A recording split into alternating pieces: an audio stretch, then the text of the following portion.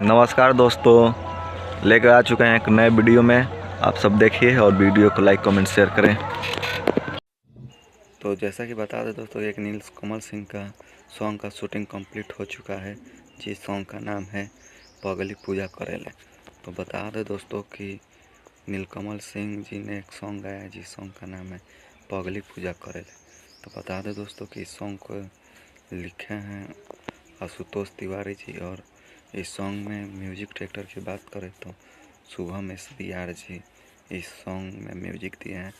और बता दें दोस्तों कि इसमें मॉडलिंग काम रक्षा गुप्ता जी ने इस सॉन्ग में एक्टर के किरदार निभाए। और बता दें दोस्तों कि इस सॉन्ग के वीडियो डायरेक्टर की बात करें तो लक्की विश्वकर्मा जी हैं, जो अभी तक के बेस्ट एक पर एक सॉन्ग को हिट दिए हैं, जैसे में फ़िलहाल भौजी डेंगे डेंगे।